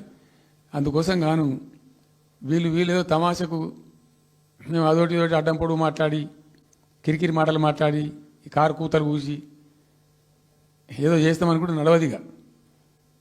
ఈ ఏళ్ళ దాకా వేరే కథ, రేపటి నుంచి వేరే తోలు తీస్తాం ఎక్కడికక్కడ. ప్రజలు ఖచ్చితంగా ఎక్కడికక్కడ నిలబెట్టే ప్రయత్నం చేస్తాం. అడుగున చెక్ చేస్తాం, ప్రతి విషయంలో చెక్ చేస్తాం. Sufficient time we have given. మేము తొందరపడి మేము ఎందుకు కన్నెర్రయ్యి మా ప్రభుత్వం పోయింది వీళ్ళు వచ్చింది అనేటువంటి ఒక పిచ్చి అయ్యి అట్లా మేము చేయలే, అటువంటి వాడికి పోలే. ఇష్యూల మీద పోరాడుతున్నాం, ఒకే ఫీజు రియంబర్స్ మీద పోరాడుతున్నాం, ఇంకోటి పోరాడుతున్నాం. రకరకాల భూదందాల మీద, దోపిడీ మీద, లగచర్ల మీద, గిగచర్ల మీద పోరాడుతున్నాం. పార్టీ కొట్లాడుతున్నది, తప్పదు కాబట్టి కొట్లాడుతాం. ఇప్పుడు మొత్తం మొదటికే ముప్పు వచ్చే పరిస్థితి ఉంది. అటు గోదావరి మీద అరాకిరి చేసి చంద్రబాబు నాయుడు, ఏపీ ప్రభుత్వం నల్లమల సాగరు, ఈ సాగరు, ఆ సాగరు, అటు గోదావరి దోపిడీ జరుగుతూ ఉంటే దాని మీద సప్పులు లేదు. ఇటు కృష్ణలో ఇంత ఘోరంగా పాలమూరు ఎత్తిపోతల మీద దీని మీద సప్పులు లేదు. మరి ఎవరి ప్రయోజనాల కోసం ఉన్నట్టు రాష్ట్ర ప్రభుత్వం? ఏం చేయడానికి ఉన్నట్టు? ఏం జరుగుతున్నట్టు రాష్ట్రంలో? కాబట్టి ఎట్టి పరిస్థితుల్లో నేనే స్వయంగా రంగంలో దిగాలనుకున్నా. దిగినాం. ఈరోజు డిసిషన్ అయిపోయింది. 2-3 రోజులలో, 2-3-4 రోజులలో, రాబోయే 3-4 డేస్లో ఆయా జిల్లాల నాయకులతో సమావేశమై ఖచ్చితంగా చాలా పెద్ద ఎత్తున అక్కడ గ్రామానికి డప్పు కొడతాం, మొత్తం సభలు పెడతాం, కవులు, గాయకులు, కళాకారులు అందరినీ తట్టి లేపుతాం. మీ పత్రికా విలేకరులను కూడా రిక్వెస్ట్ చేస్తాం.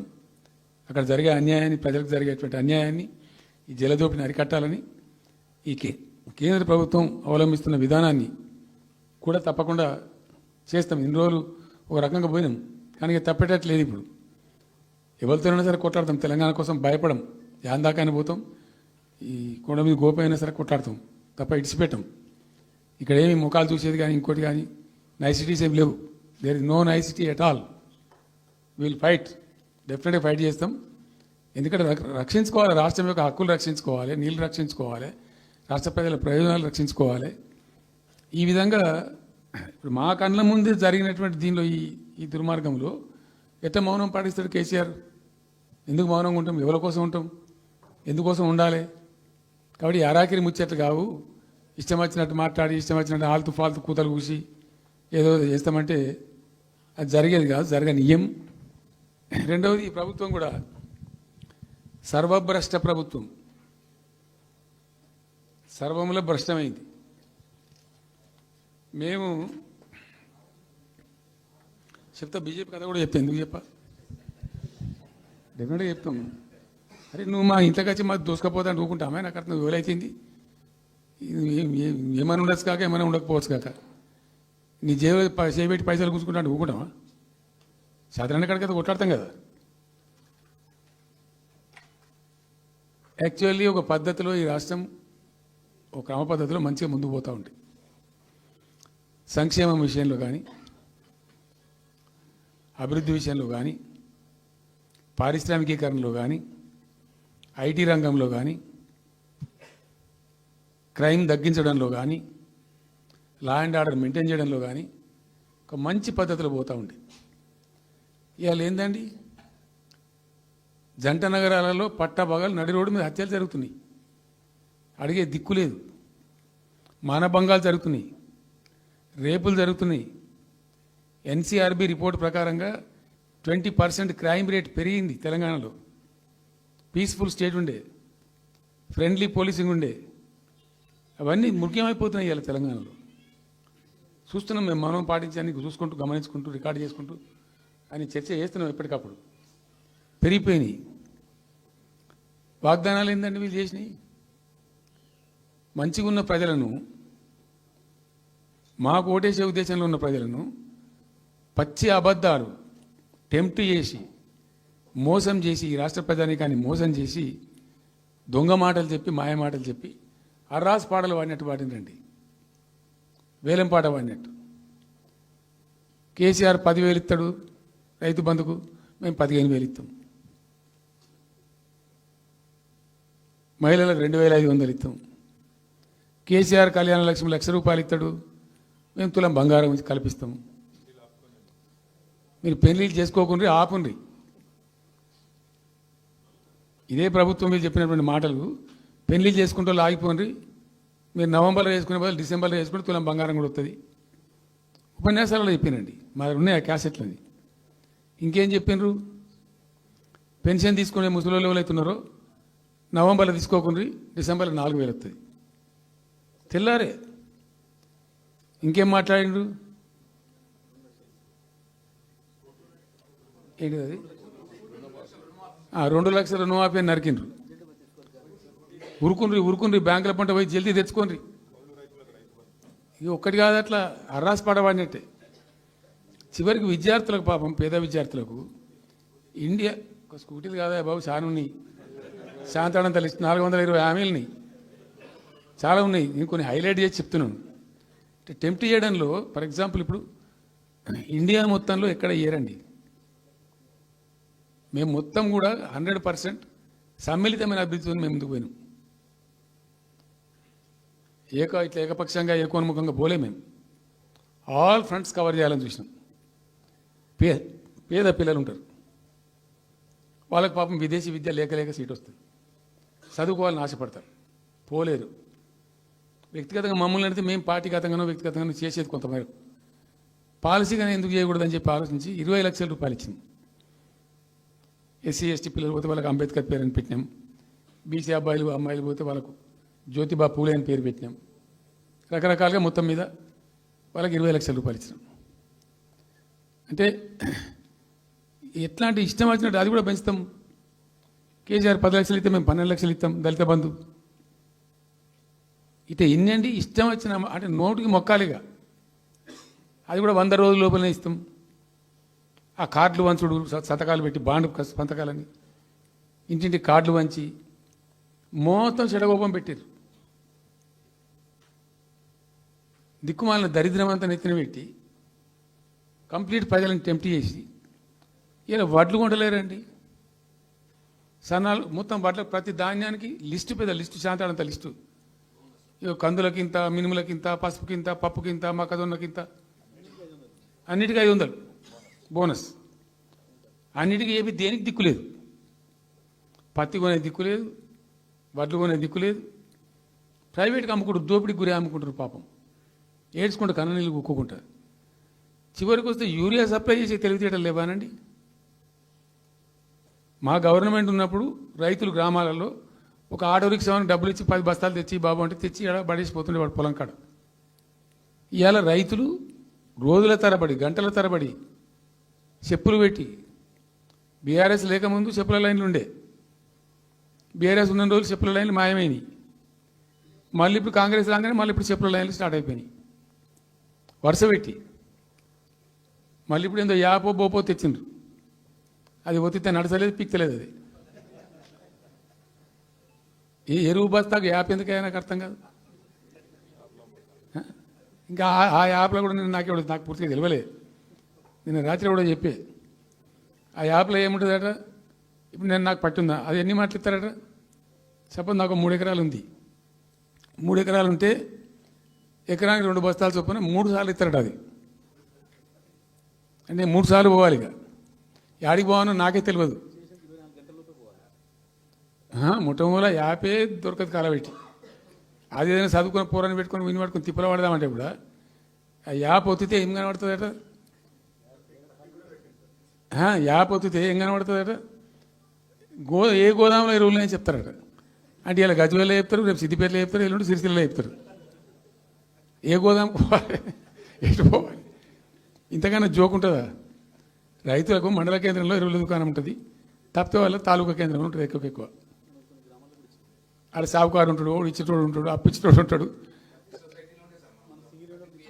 మనం బాగా విస్తరించినామా. నేను ఏమంటున్నానంటే 7,100 కొనుగోలు కేంద్రాలు పెట్టినాం కదా, వాళ్ళ ఊళ్ళో పోయి కొన్నాం కదా. ధాన్యం నెత్తిన పెట్టుకొని వాళ్ళ అంగడికి వచ్చి ఈ మార్కెట్ పైన తిరుగుడే బంద్ చేసినాం కదా. అసలు రైతు సెంట్రిక్గానే మన పరిపాలన ఉండే కదా కంప్లీట్గా. అని మొత్తం సాప్ పట్టేసారు.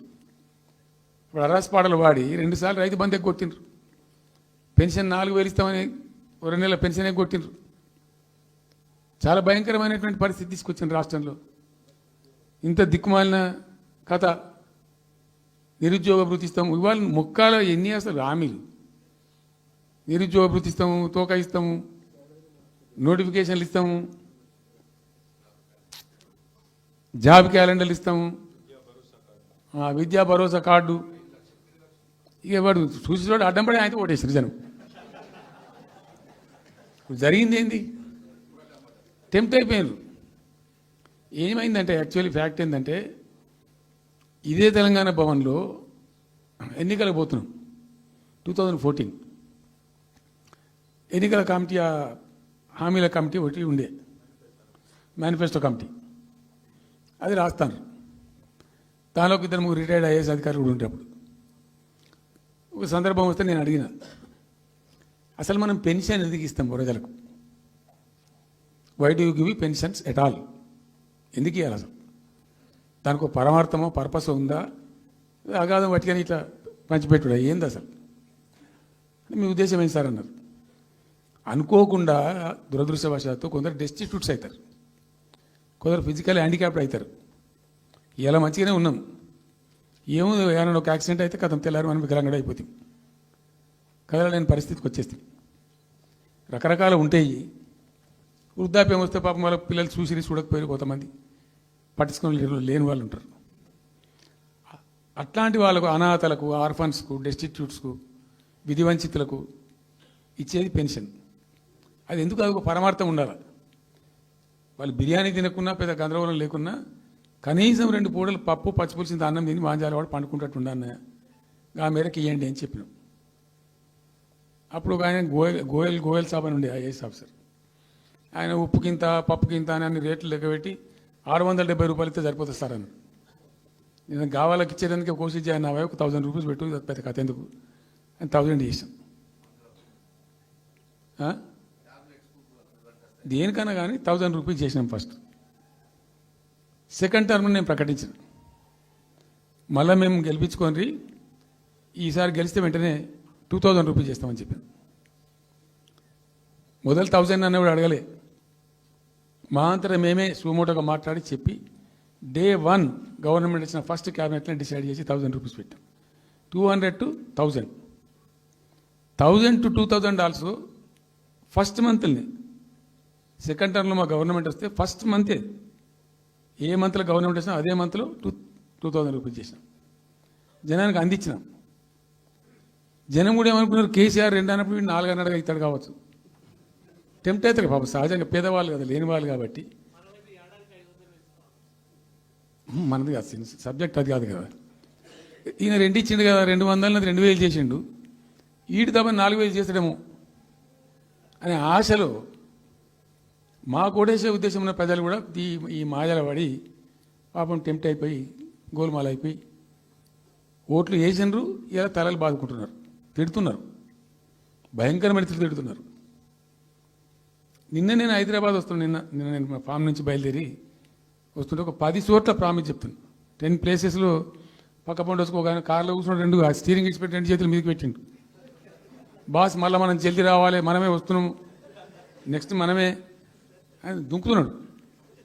ఆ మోటార్ పైసలు వేస్తున్నారు, వాడు పక్కన పక్కన వచ్చి వాడు వచ్చి నెక్స్ట్ మనమే సార్ వచ్చేతను అంటూ పోతుండ్రు. హైదరాబాద్ సిటీలో అనేక ప్లేసెస్లో కనీసం ఒక 10-12 ప్లేసెస్లో అట్లా చెప్తున్నారు జనం. అది దేనికి సంకేతం? మీ మీద ప్రజలు విశ్వాసం కోల్పోతున్నారు రోజు రోజుకు, మీ చర్యల వల్ల, మీ పిచ్చి పనుల వల్ల. ఇంకోటి ఏంది, మీరు చేసే చర్యలు ఎట్లున్నాయి? మొత్తం రియల్ ఎస్టేట్ బ్రోకర్ దందానేనా? ఫార్మాసిటీ ఎందుకు వచ్చిందండి? ఫార్మాసిటీ మా ప్రభుత్వం ఎందుకు వచ్చింది pharma city? Why do we bring pharma city at all? అనుకోకుండా కొన్ని ప్రాంతాలకు, కొన్ని రాష్ట్రాలకు కొన్ని సందర్భాలు కలిసి వస్తాయి.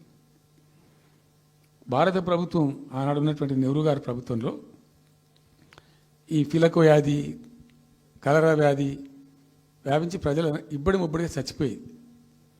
ఎట్లా అంటే దీనికి ప్రాపర్ మెడికేర్ లేదు, ఎక్కడికక్కడ లోకలైజ్డ్ ప్రొడక్షన్స్ ఉండాలని చెప్పి ఐడిపిఎల్స్ అని పెట్టిండ్రు, కొన్ని కీలక రాష్ట్రాలలో పెట్టిండ్రు. అందులో మన అదృష్టంకు ఆ టైంలో హైదరాబాద్ కూడా ఐడిపిఎల్ వచ్చింది. ఐడిపిఎల్ యొక్క పుణ్యమా అని దాంట్లో నుంచి కొంతమంది నేర్చుకొని బయటకు వచ్చి, డాక్టర్ అంజిరెడ్డి కూడా ఐడిపిఎల్ ఎంప్లాయ్, బయటకు వచ్చి వాళ్ళు స్వయంగా పెట్టి చాలా విస్తరించారు, చాలా అంటే చాలా విస్తరించారు. ఆయన దగ్గర అంజిరెడ్డి దగ్గర పనిచేసిన కూడా బయటకు వచ్చి వాళ్ళు పెట్టుకొని వాళ్ళు విస్తరించారు. ఇట్లా ఏమైపోయింది, Hyderabad has become a medical hub, pharma hub. ఒక ఆయన వచ్చి నాకు డబ్బులు బాగున్నాయి కాబట్టి నేను 10,000 కోట్లు పెట్టి పరిశ్రమ పెడతాను, నడవది, ఎడబడతా అంటే పెడతా అంటే దానికి ఎక్కువ కావాలి. అంటే ఆ ఎంప్లాయీస్, ఆ టెక్నీషియన్స్, ఆ కథా కార్ఖానా ఎక్కడైతే ఉంటుందో అక్కడ సక్సెస్ అవుతుంది. అట్లా ఏమైంది, ఫార్మా యొక్క ఎక్కువ బిల్డ్ అయింది హైదరాబాద్లో.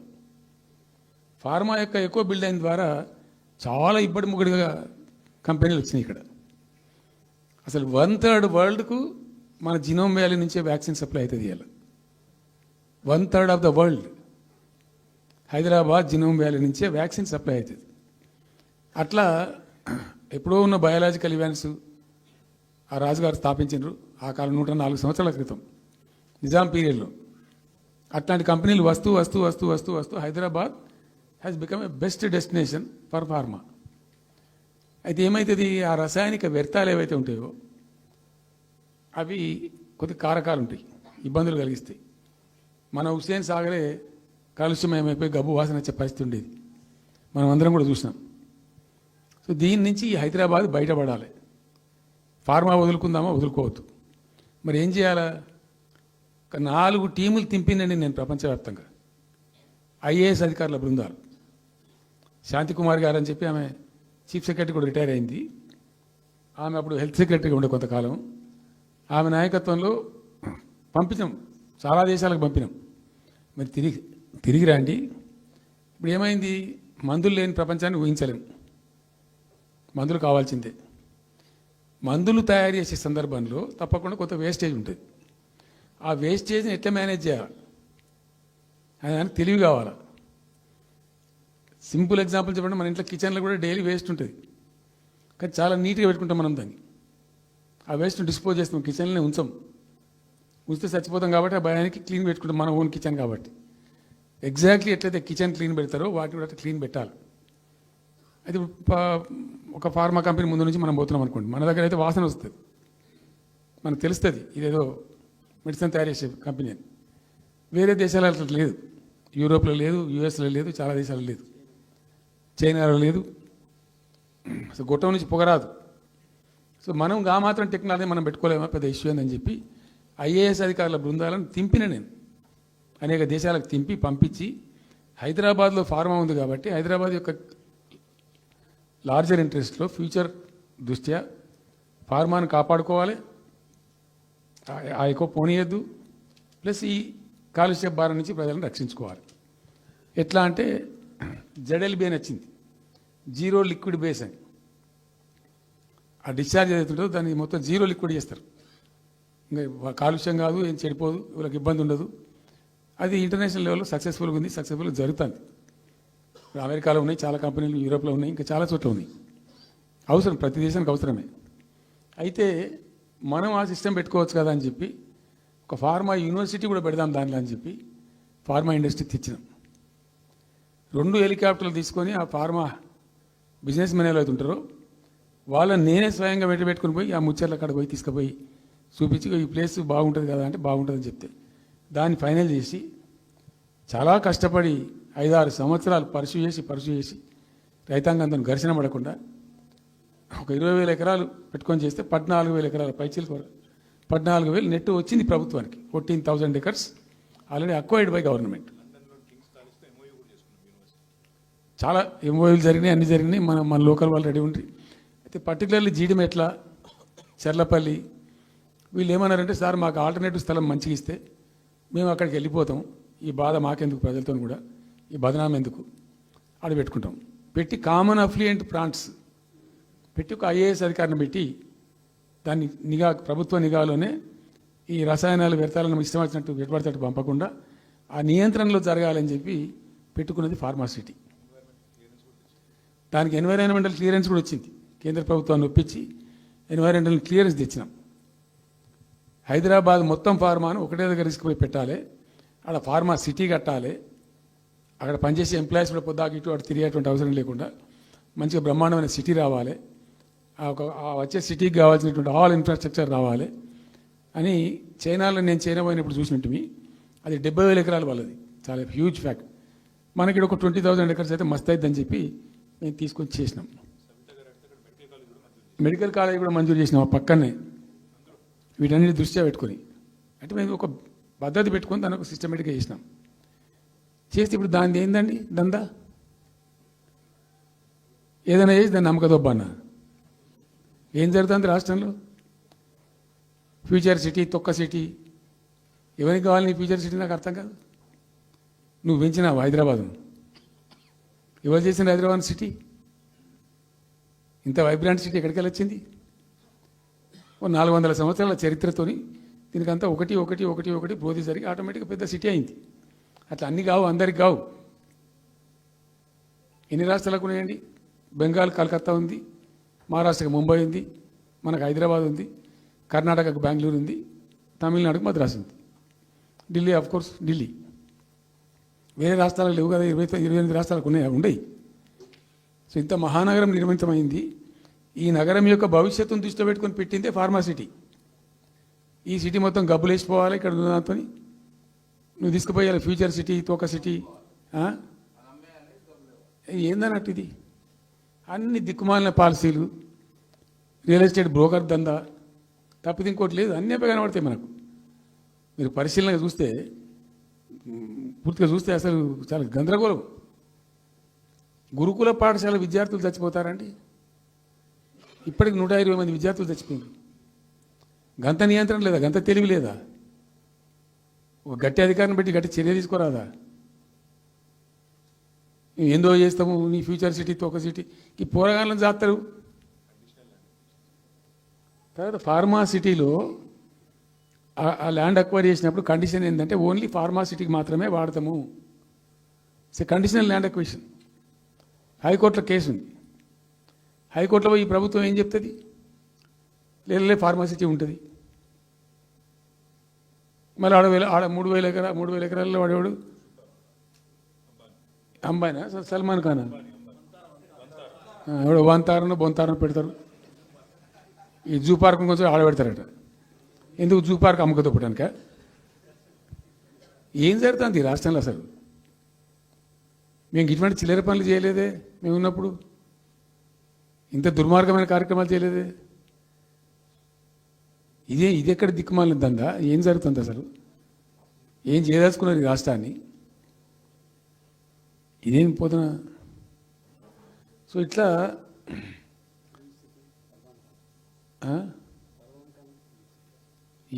అది ఏందో నేను ఒక్కటే మాట్లాడుతున్నానండి. బిజినెస్ మీట్ పెడతాం, ఎంఓయూలు చేసుకుంటాం. ఏ ప్రభుత్వంలో చేయాల్సిందే. అడ్డగోలు జమాబందీ దానికి లెక్కలేని కథ అంటే ఏందన్నట్టు ఒక హైప్ క్రియేట్ చేసుడు. దీనికి ఆజుడు, దీనికి గురువు చంద్రబాబు నాయుడు. ఇప్పుడు చంద్రబాబు నాయుడు చెప్పిన లెక్కల బిజినెస్ వచ్చేది ఉంటే, ఎంఓయూలు సక్సెస్ అయ్యేది ఉంటే ఆంధ్రప్రదేశ్లో ఈ పాటికి 20 లక్షల కోట్లు వచ్చి ఉండాలి. ఆయన ఫస్ట్ టైం అలా సీఎం ఉన్నప్పుడు ఆ ఊళ్ళో పెట్టే కదా వైజాగ్లో, అమరావతిలో కదా వైజాగ్లో పెట్టిండు. వైజాగ్లో ఎవరు వెళ్ళి ఎంఓయూలు చేసిన వాళ్ళంటే వంట మనుషులు అని చెప్పిండ్రు. ఆ స్టార్ హోటల్లో బయట వంట మనుషులు వాడు ఎవడు ఆ సప్లై చేసేటోళ్ళు వాడు వచ్చి కూర్చోపోయి సంతకం పెట్టే పెట్టిండు వాడు పాపం. అవునా అండి, పాపులర్ అయింది అది. ఇప్పుడు మరి ఎక్కడ ఆ పెట్టుబడులన్నీ ఎక్కడ చెప్పండి? ఆఖరికి 10,000 కోట్లు అన్న రావాలి. 15 లక్షల కోట్లు, 6 లక్షల కోట్లు, 8 లక్షల కోట్లు.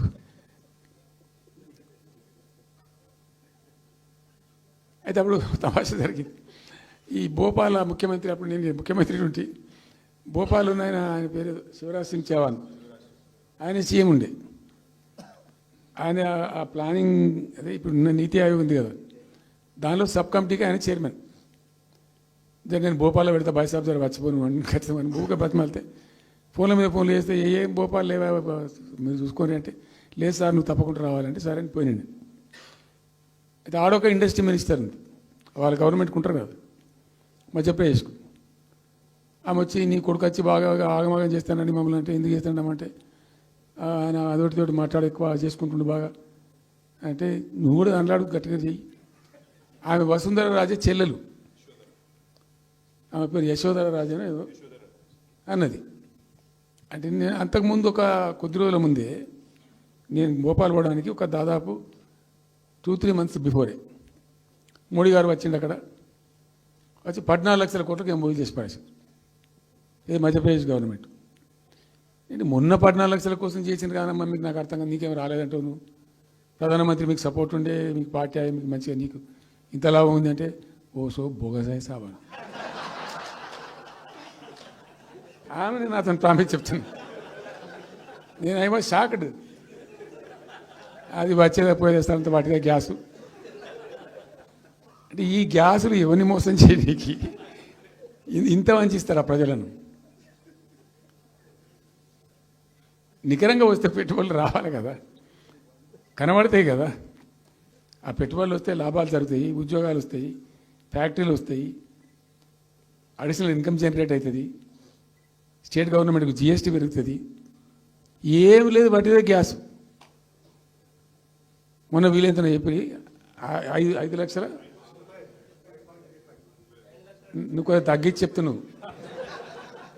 నేను పేపర్లో చూసింది 575.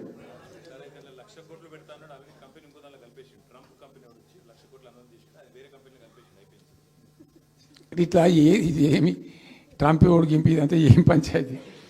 ఇట్లా ఈ మోసాలు చేసి ప్రజలను ఎంతకాలం పంచిస్తారు? రియల్గా కాంక్రీట్ టర్మ్స్లో రియల్గా రావాలి. కృషి చేస్తే నిజంగా తండ్రాడాలి. మా గవర్నమెంట్ వచ్చిన నాడు హైదరాబాద్ నుంచి సాఫ్ట్వేర్ ఎక్స్పోర్ట్స్ 57,000 కోట్లు ఉండేనండి. మేము దాన్ని 2,47,000 దాకా తీసుకుపోయినాం. స్టెప్ అప్ చేసుకుంటూ వాటిని నరికితే గాలిలో మాటలు చెప్తే వస్తాయా? మేము బిజినెస్ మీట్లు పెట్టలే, కాంక్లేవ్లు పెట్టలే, ఏమి లేదు, పరదాలు కట్టలే. బెస్ట్ పాలసీ చేస్తే ఆటోమేటిక్గా అట్రాక్ట్ అయి వస్తారు. నేను చెప్పిన అప్పుడు ఒక ఆయన ఉండే, పాప ఆయన చీఫ్ సెక్రటరీ కూడా రిటైర్ అయ్యాడు, ఆయన పేరే ఉండే మాధవరావు అల్లుడు ప్రదీప్ చంద్రకు చెప్తే ఆయన పాలసీ తయారు చేయమని చెప్తే తెప్పించండు. పాపం చాలా దేశాలకు తెప్పించండు. ఒక 50 సార్లు రిజెక్ట్ చేసిండు. ఇట్లా కాదు, నాకు కాంక్రీట్ కావాలి, ఇంకా మంచి కావాలి అని చెప్పి చాలా కష్టపడి చేసిండు. I must appreciate him. The best policy was brought in. తెచ్చిన తర్వాత కూడా ఎట్లుంటుందంటే, ఒక కంపెనీ వాడు వచ్చిండు, ఫాక్స్కానా ఆ మహారాష్ట్రలో కొట్టుకుపోయింది. ఫాక్స్కాన్ అనే కంపెనీ చాలా పెద్ద కంపెనీ వాస్తవానికి. ఇదేవి తయారు చేస్తారు, సెల్ ఫోన్లు ఇవన్నీ ఎలక్ట్రానిక్స్లో ఉన్నాడు. చాలామంది ఉమెన్కి ఎంప్లాయ్మెంట్ దొరుకుతుంది దాంట్లో, 1000 మందికి. సరే వస్తే మనకు కూడా లాభం జరుగుతుంది. వాని ఎంబడి కూడా మస్తు దానిలో ఆల్మోస్ట్ వచ్చిండు, 90% వచ్చిండు. మీ పాలసీ బాగుందని అప్రిషియేట్ చేసి అన్ని చేసిండు. యాళ్ళకు వస్తే మహారాష్ట్ర ప్రభుత్వం 3,000 కోట్ల రూపాయలు వానికి నగదు ఇన్సెంటివ్ ఇస్తాను, వాడు కొట్టుకుపోయాడు. 3,000 crores ఎదురిస్తేనే నీకు డబ్బులని తీసుకుపోయాడు. అప్పుడు మనకు అంత కెపాసిటీ లేకుండా, సరే రియల్ ట్రై చేస్తే, కాంపిటీషన్ ఉన్నప్పుడు ట్రై చేస్తే కొన్ని సందర్భాలు జరుగుతాయి, కొన్ని జరిగాయి. ఉన్నట్టు తెలుసు, కట్టండి కదా, నడుస్తుంది కదా, ఫ్యాక్టరీ స్టార్ట్ కూడా అయింది కదా ఆల్రెడీ. సో అట్లా రియల్ ఎఫర్ట్ చేస్తే కొంత జరిగేటువంటి ఆస్కారాలు ఉంటాయి. ఇప్పుడు వెల్స్ పన్ కానీ, వరంగల్లో వస్తున్నటువంటి మెగా టెక్స్టైల్ పార్క్లో కైటెక్స్ కానీ, చాలా వాళ్ళు ఎంబడివాడి తనలాడి తిప్పలవాడి అది చేసి పట్టుకొస్తే ఓటి సమకూరుకుంటూ పోతుంటుంది. కానీ వట్టి హైప్ క్రియేట్ చేసి మందిని మోసం చేసి ఎన్ని రోజులు ఇస్తుంది? ఆత్మవంచన, ప్రజావంచన. ఏమైనా వస్తుందిరా బాబు అంటే ఏమి రాదు. ఈ గ్యాస్ల ప్రజలను పెట్టి ఇప్పుడు ఇస్తాన 2,500 దిక్కులేదు మహిళలకు, 1 కోటి మంది మహిళలను కోటీశ్వర్లను చేస్తాం. కాంగ్రెస్ మంత్రులంతా ఒకటే పాట పాడు, ఏమి ఎట్లా చేస్తావా 1 కోటి మంది మహిళలను కోటీశ్వర్లను? నీ దగ్గర ఉంటేనా? ఉన్న రెవెన్యూ పీకింది రాష్ట్రాన్ని, లోపలికి అయిపోయింది. మేము ఉన్నప్పుడు గ్రోత్లో 50% లేదు. అసలు మీ గ్రోత్ గురించి అవగాహన ఉందా? ఒక్కొక్క రూపాయి కూడబెట్టాలి, ఎట్ట తీసుకుపోవాలి? నేను ముఖ్యమంత్రి అయిన తర్వాత నన్ను ఎంతమంది టెంప్ట్ చేసినా, ఐఏఎస్ ఆఫీసర్లు వాళ్ళు వీళ్ళు, ₹1 రిజిస్ట్రేషన్ ఛార్జ్ పెంచాలి నేను 4 ఏళ్ళ దాకా. Not even single rupee. ఉల్టా నేను వాళ్ళని పిలిచి మీకు ఏం కావాలి, రియల్ ఎస్టేట్ బాగా మంచిగా చేసుకుపోవాలి, హై క్లాస్ రావాలి అంటే ఎట్లా? హైదరాబాద్లో కూడా స్కై లైన్ రావాలని చెప్పి 3 ఏళ్ళు తిప్పలవాడానండి నేను, 3 years. ఎందుకంటే స్కై లైన్ రావాలని నోటి మాట అంటే రాదు, దానికి కూడా ఎక్కువ కావాలి. ఆ 50 అంతస్తులు 60 అంతస్తులు మీద పోయి కట్టేటువంటి ఆ క్రేన్ ఆపరేటర్లు, క్రేన్ డ్రైవర్లు, దానికి సంబంధించిన సరంజామా అంత ఉంటుంది. ఆ ఎక్కువ వస్తే ఆ స్కై రైజ్ వస్తుంది. ఆ ఎక్కువ తేవడానికి చాలా కష్టపడాల్సి వచ్చింది. ఇప్పుడు ఈ రాజభవన్ పక్కనే గేట్ పక్కన ఒకటి ఉంటుంది చూడండి, కాదు ఒక టవర్ ఉంటుంది ఒకటి. నేను అప్పుడు నేను పోతుంటే ఈ పునాది తీసిండు, మంచి స్పాట్ ఇది, వాటర్ ఫ్రంట్ ఉంటుంది హుసేన్ సాగర్. అతను చెప్పుండే మనం స్కై లైన్లో భాగంగా ఇద్దాము, 50 అంతస్తులకు ఇద్దామని చెప్పి ఆగమంటే ఆయన ఎవరో రాజుగారు ఆగలే, ఆయన గతకే కట్టుకున్నాడు పాపం. It took me 3 years to bring sky line to Hyderabad. మేము ఒక పద్ధతికి పోయినాం, సిస్టమ్ చేసినాం, ఓపికతోని చాలా సిన్సియర్గా మంచి పద్ధతితోని వాళ్ళతో డిస్కస్ చేసుకుంటూ మాట్లాడుకుంటూ ఒక క్రమ పద్ధతిలో పోయినాం. గట్టుంటుంది పద్ధతి. కానీ 4 ఫీజు తీసినాం, 10% ఏదో ఫీజు ఉండే. తర్వాత ఆర్డీఓ ఆఫీస్కి పోవాలి సార్, ఈ ఫీజు ఏమో కానీ ఆ ఫీజు ఎక్కువ అవుతుందని వాళ్ళు చెప్పారు. అది తీసేవతల పడేసినాం. అది తీసేసినాం, ఆర్డీఓ దగ్గర పోయే అవసరం లేకుండా కూడా చేసినాం. ఇప్పుడు అదొక ఫీజు. ఆ ఫీజుతో ఏమైంది, ఆయనతో పీకింది. హైదరాబాద్ రియల్ ఎస్టేట్ గంగలు కలిసింది. మేమేమో ఆనాడు నిజంగా చెప్తున్నా, చాలా సంతోషంగా చెప్తున్నాను నేను, భూముల ధరలు పెంచినాం తెలంగాణలో. ప్రజా ఆస్తులు పెంచినాం, ప్రజా ఆస్తుల యొక్క విలువ పెంచినాం. 4 ఎకరాల నోడు ధీమాతో ఉండే తెలంగాణలో.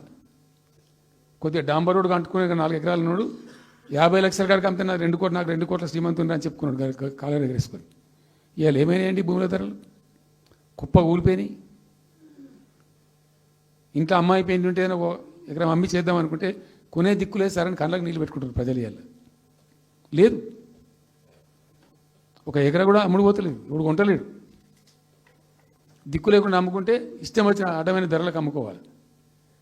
సో ఈ అరాకిరి మాటలు చెప్పి అడ్డమైన హామీలన్నీ ఇచ్చి నీకు చేసాదగాక కేవలం రాజకీయ అధికారమే మా లక్ష్యం అనే పద్ధతిలో ఇచ్చి ఇలా ప్రజలను వంచి అటు రైతాంగాన్ని నేర్పిస్తున్నారు, పేద ప్రజలు నేర్పిస్తున్నారు, పేద విద్యార్థులు నేర్పిస్తున్నారు, రిటైర్డ్ ఎంప్లాయీస్ నేర్పిస్తున్నారు. పచ్చి అబద్ధాలు. కేసీఆర్ చేసిన అప్పులకు వడ్డీలు కట్టలేకపోతున్నావా? ఉతికింది కదా, ఈ చెంప వాయించింది కదా. ఎంత కడుతున్నారు? తీసుకున్న అప్పులు ఏంటంటే 2,90,000 కోట్లు మొత్తం కలిపి చెప్పాను కదా చాలా స్పష్టంగా. సో ఇట్లా ఇవన్నీ వాస్తవాలు ఒక పక్కకుంటే అన్ని అబద్ధాలు చెప్పుకుంటూ ఇష్టం వచ్చినట్టు మాట్లాడుకుంటూ ఇక నన్ను ఇచ్చడానికైతే వాళ్ళ నోరు మొక్కాలిగా. ఎప్పుడో సందర్భంలో కోపం వచ్చి ఒకటి తిట్టినామంటే ఒక మనిషిని మాట వేరు. పొద్దా కాదే కదా, కేసీఆర్ చచ్చిపోవాలి మాట్లాడినప్పుడల్లా ఎక్కడైనా మాట్లాడు, ఏ సందర్భంలో మాట, నువ్వు కాలేజీలో మాట్లాడు, లేకపోతే ఇంకొకడ మాట్లాడు, స్కూల్ పిల్లల కాడ మాట్లాడు. గింత అక్కసు ఉంటుంది మనుషులకు, అది కరెక్ట్ అవుతుందా? సో ఇష్టం వచ్చిన పద్ధతులు, మాటలు, ఇష్టం వచ్చిన దుర్మార్గ ప్రచారాలు, అన్ని పచ్చి అబద్ధాలు నోరు తెరిస్తే. రియాలిటీ వేరుంది, జరుగుతున్నది వేరున్నది, అన్ని రికార్డ్ అవుతున్నాయి, ప్రజలలో అన్ని గమనిస్తున్నారు. సో కాబట్టి ఏదేమైనప్పటికీ పాలమూరు రంగారెడ్డి ఎత్తిపోతల పథకం విషయంలో ఎట్టి పరిస్థితుల్లో రాజీ పడం. ఈ ప్రభుత్వాన్ని నిద్రపోనీయం, కేంద్ర ప్రభుత్వాన్ని కూడా నిద్రపోనీయం. మా హక్కుల పరిరక్షణకు ఒక డ్రాప్ తక్కువైనా కూడా at any cost, at whatever cost, TRS పుట్టిందే తెలంగాణ ప్రజల కోసం. తెలంగాణ ప్రజలకు ఒక నొక్కు పడుతుంటే మౌనం పాటించలేం. మీరు ఏం ఊరుకో ఏం చేసుకో, నాకు ఇన్ఫర్మేషన్ వచ్చింది, మీటింగ్ జరుగుతుంటే మరి 4 గంటలకు అయిపోవాలి లెక్క ప్రకారం. It was extended. 5 గంటలకే ఉత్తమ్ కుమార్ రెడ్డి ప్రెస్ మీట్ పెట్టిండు. మీకు కూడా వచ్చి ఉంటుంది ఇన్విటేషన్. ఎందుకు కేసీఆర్ కాగానే మనం ఇంకొక వరుస మళ్ళీ మొరగాలి. చిట్ చాటు అది కూడా ఎందుకు మొరగడానికి? ఆ మొరుగుడుకు వాల్యూ ఉంటుంది. So thank you so much. ఈరోజు నేను ఏమంటున్నాను, మీతో ఒక request, Rahul, don't be hasty. ఇవాళ I'm only restrict my self to Palamuru ఎత్తిపోతల పథకం. అది డైల్యూట్ అవుతుంది కాబట్టి ఇలా చెప్పాను. నేను ఉంటున్నా, మీకు అందుబాటులో ఉంటుందిగా. I'm on the field now. కాబట్టి మీకు please here me. You have to excuse me today. దానికే నేను రిస్ట్రిక్ట్ అవుతాను. ఇలా any question, 100 questions you put me, I will give you answer tomorrow or day after, any time. Thank you.